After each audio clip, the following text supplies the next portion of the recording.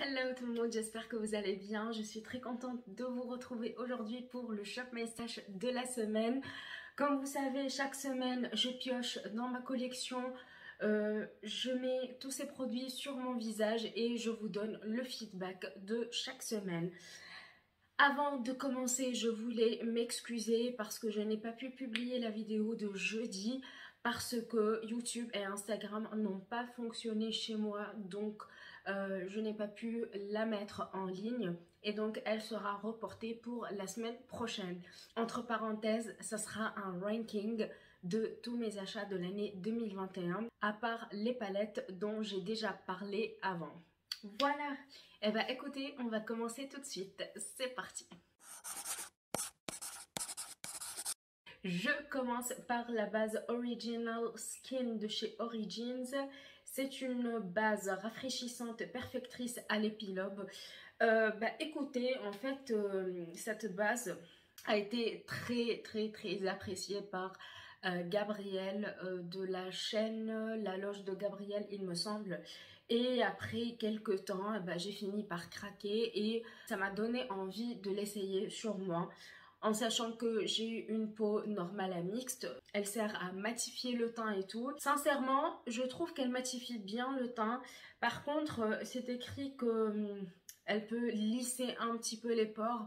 Moi, je ne vois pas ce côté lissant. Donc, côté matité, je valide. Côté lissage de pores, je sais pas si ça se dit.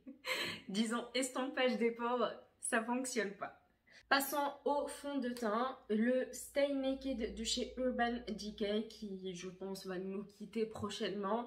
Je sais pas ce qui se passe avec les marques, mais dernièrement, j'ai l'impression que toutes les marques vont quitter la France. Je sais pas. Ensuite, il y a le fond de teint stick de chez Bobbi Brown. Donc, comme je vous l'ai expliqué auparavant, je mixe les deux parce que celui-ci est trop clair pour moi et celui-là est trop foncé. Donc là, j'ai ma teinte parfaite. J'ai un teint assez correct, je dois dire. Avec le fond de teint Stay Naked, je mets 2 pompes et j'ai une couvrance moyenne. Qui ne couvre pas assez mes imperfections. Et avec celui-ci, j'ai cet effet un peu hydratant. Donc avec le fond de teint Urban Decay, j'ai plutôt un effet mat. Avec celui-ci, un effet pas lumineux, mais un peu crémeux, très confortable sur la peau. Et donc quand je mixe les deux, ça fait un très beau combo. Je suis assez satisfaite, ça tient toute la journée. Donc bon, et en plus ça ne marque pas mes zones de sécheresse. Passons à la poudre de chez Marc Jacobs qui est la Finish Line en teinte 34 Invisible. C'est la première fois que je teste cette poudre. Malheureusement ça vient très tard par rapport à la fermeture de la marque en France et tout, enfin bref. Je ne sais pas ce qui se passe avec Marc Jacobs. Il y en a certains qui disent que c'est un rebranding de la marque, d'autres la marque va s'arrêter. Moi je ne sais pas ce qui se passe, j'en ai aucune idée. Revenons à ce produit, j'ai trouvé qu'elle matifiait mon teint. Je ne brillais pas au cours de la journée, je l'ai utilisé aussi aujourd'hui et franchement j'apprécie bien cette poudre fixatrice à la noix de coco. Bon, ça ne sent pas, ouais, je ne sens pas la noix de coco, mais bon, s'ils disent que c'est à la noix de coco, je les crois. Le bronzer de chez Cover FX, le Monochromatic Bronzer Duo Matte et Shimmer. Donc voilà comment se présente le produit. C'est pas mon chouchou, à chaque fois que je l'utilise, je ne suis pas emballée, je ne comprends pas le hype sur ces produits-là. Ça fait partie de ma collection, je ne veux pas m'en séparer parce que j'aimerais bien avoir un produit de chez Cover FX, c'est le seul à part le spray fixateur que j'ai et le duo de blush également. Mais je ne trouve pas que c'est la meilleure formule que j'ai pu tester. Ils sont hyper poudreux, ils font pas mal de chutes tous les deux et Sincèrement, c'est pas le meilleur rendu que j'ai sur ma peau, c'est pas hyper fondant. En fait, ça se voit quand on met du bronzer. Là, ça se voit un peu trop à mon goût. Donc, bon, je n'apprécie pas particulièrement le rendu. Et en plus, bon, comme je vous ai dit, la formule n'est pas terrible, pour moi en tout cas. Un blush que j'adore dans ma collection, c'est le Sweet Cheeks Matte de chez NYX. Franchement, ce blush là, c'est une bombe. Il est archi pigmenté, il reste intact toute la journée, il ne s'estompe pas. Bref, je l'adore. Là, j'ai une collection assez moyenne, je vais dire. J'ai testé pas mal de blushs et pour moi, ça fait partie de mon top 5. Le Highlighter Star Surfer Space Age numéro 2 de chez Kaleidos. C'est un highlighter qui se présente comme ceci. Il a ses reflets roses. Il est un peu pailleté, donc si vous n'aimez pas les highlighters pailletés, vous risquez de ne pas apprécier ce produit. Moi, j'aime bien son rendu sur ma peau. J'aime bien avoir ces reflets rosés et tout. Ça fait trop cool. Et disons que même s'il a des reflets rosés, il reste quand même subtil et assez intense en même temps. Je ne sais pas si vous comprenez ce que je veux dire, mais il a cette particularité d'être voyant et en même temps subtil, et c'est ce que j'aime dans ce highlighter. La palette de teint de chez Hourglass, c'est la Ambient Lighting Edit Sculpture. Donc on a 6 teintes dedans. Je pense qu'on a 2 blushs, 2 poudres illuminatrices et 2 bronzers. J'adore cette poudre. Je n'arrête pas de dire j'adore, mais c'est le cas. Je trouve que ces poudres-là sont imperceptibles, sont très subtiles sur la peau. Bref, j'adore leur rendu. Pour moi, c'est un go-to. Donc, même si elle coûte quand même assez cher, moi, je ne l'ai pas payé à plein pot. Je l'ai eu à 30% de réduction. Donc là, je me suis dit, il fallait que je la prenne quand même. Et ouais, on rate pas cette occasion. On passe aux palettes. Je commence par celle que j'ai utilisée aujourd'hui sur les yeux. C'est la Gingerbread Extra Spicy de chez Too Faced, qui est l'édition d'il y a 2 ans, il me semble. Je ne sais plus. De toute façon, Too Faced nous sort presque la même chose chaque année. Franchement, j'aime bien utiliser cette palette. Bon, je ne suis pas très ton chaud et tout, même si je mets des tons chauds, j'ai l'impression. Mais bon, cette palette est qualitative, que ce soit les mats, les fards lumineux et tout, ils sont très beaux sur la paupière. Je n'ai pas eu de soucis avec, ils s'estompent facilement, ils sont pigmentés contrairement aux autres palettes de la collection Noël qui sont avec des packaging assez mignons et tout, même si je trouve que là c'est aussi mignon, mais c'est pas la même chose, c'est pas la même qualité. Là on est sur de la bonne qualité. La palette de chez Wonder Beauty qui s'appelle I'm a Woman, What's Your Superpower? Donc c'est une palette qui est dans les tons roses, mauve. Elle me rappelle la New Nude de chez, j'allais dire Urban Decay, non, la Huda Beauty. Je sais pas vous, mais je trouve qu'elle y ressemble un petit peu, non? Je ne sais pas. Attendez, je reviens. Comme ça, je vais comparer les deux visuellement. Bon, j'ai devant moi les 2 palettes. Et sincèrement, bah, c'est presque le dupe de la palette New Nude de chez Huda Beauty. Attendez, je vais essayer de vous montrer les deux côte à côte. C'est pas facile. Voilà. Est-ce que vous voyez ce que je vois?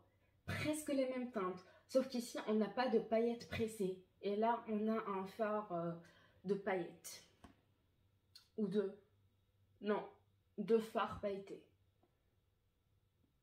Voilà, n'hésitez pas à me dire si vous êtes intéressé par une vidéo dupe de ces deux palettes là. Je vais essayer de faire un maquillage sur chaque œil avec l'une de ces palettes et comparer un peu les deux quand même parce que les teintes sont très ressemblantes. Donc revenons à la qualité de cette palette de chez Wonder Beauty. Franchement, j'ai été assez surprise. Je l'ai eu dans le calendrier de l'Avent de chez Glossybox.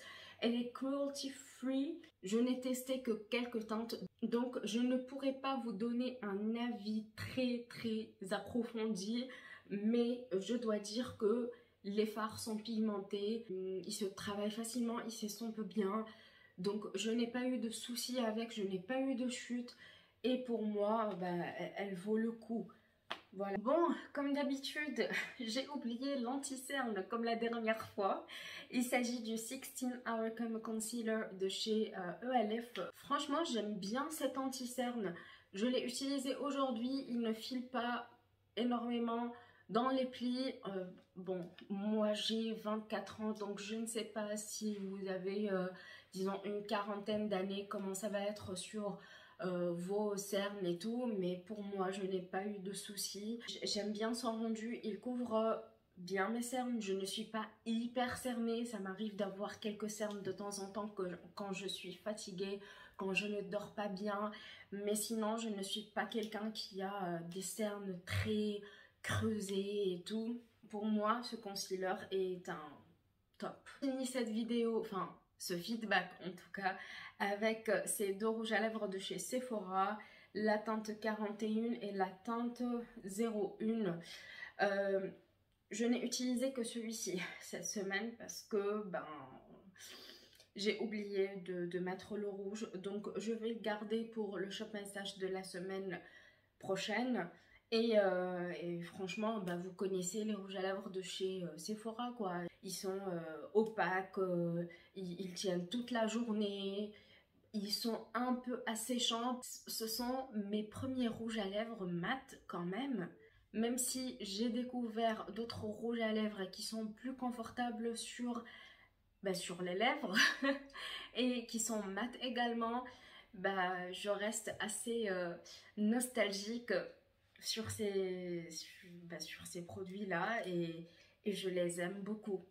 On a fini le feedback de tous les produits que j'ai utilisés cette semaine et on passe au Shop My Stash. C'est parti. C'est parti, on commence par le fond de teint et je vais prendre celui de chez Bobbi Brown qui est le Skin Long Wear Weightless Foundation SPF 15. Donc c'est un fond de teint qui est supposé avoir une couvrance totale. Sincèrement, sur moi, c'est une couvrance plutôt légère à moyenne, mais qui tire plus vers la légèreté que la totale. Ensuite, côté base, on va prendre... je ne sais plus. On va prendre celle de chez ELF, la Poreless Putty Primer.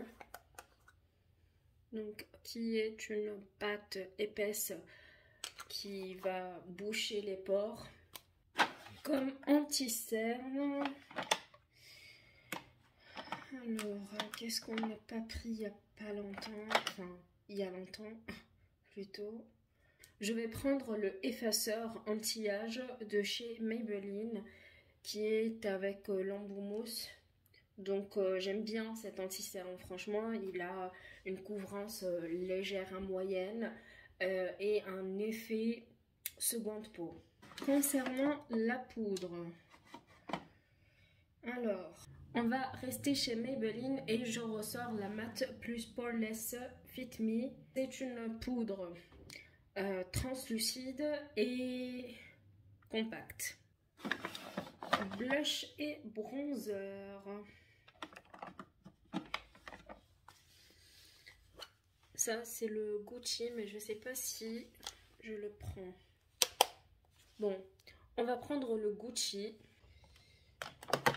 Ah il y a celui-ci de chez Kiko que j'ai utilisé au tout début du retour de... Oups. Je vais le retester encore et encore et en plus la teinte est magnifique. Pour le highlighter, j'aimerais bien prendre un autre de chez Kiko et je vais me diriger vers celui-ci de la collection de la Saint-Valentin.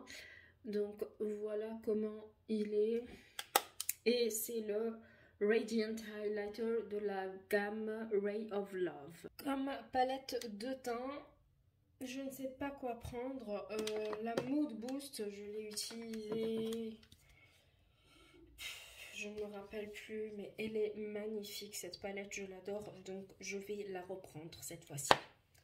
Et pour le spray fixateur, j'ai fini celui que j'utilisais, c'est le spray fixateur hydratant de chez, il me semble, Primark. Donc là, je vais prendre un autre.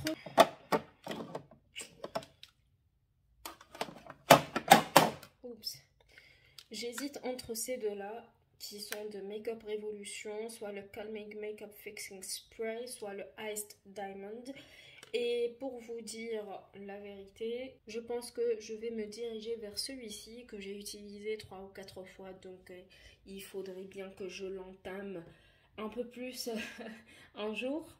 Les palettes, mais bon, je vais écouter mon cœur. Ah là là, c'est difficile. Bon, j'ai pensé à prendre la Lolita Por Vida de chez KVD Beauty. Mais en fait, j'ai utilisé ces tons pendant 2 semaines quoi. Donc j'aimerais bien changer un petit peu. J'ai pensé à la Jewel Toned palette de chez Simple Beauty, qui se présente comme ceci et elle est magnifique. Bon, je vais la prendre. Et on va prendre une autre.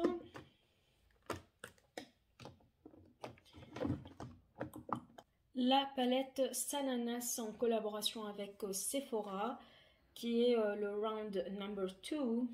Et donc ça sera parfait aussi pour tous les jours avec quelques petites touches de couleur par-ci par-là. C'est parfait. Je vais choisir dans ce rangement. Alors, qu'est-ce que j'ai ici? J'ai celui-là de chez Huda Beauty, mais en fait, il est beaucoup trop foncé. Mais la teinte est magnifique.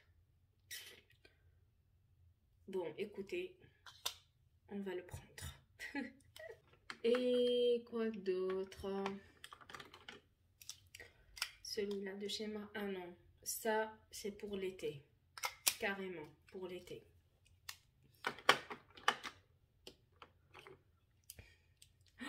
Ce rouge à lèvres, je l'ai depuis... je ne sais plus en fait.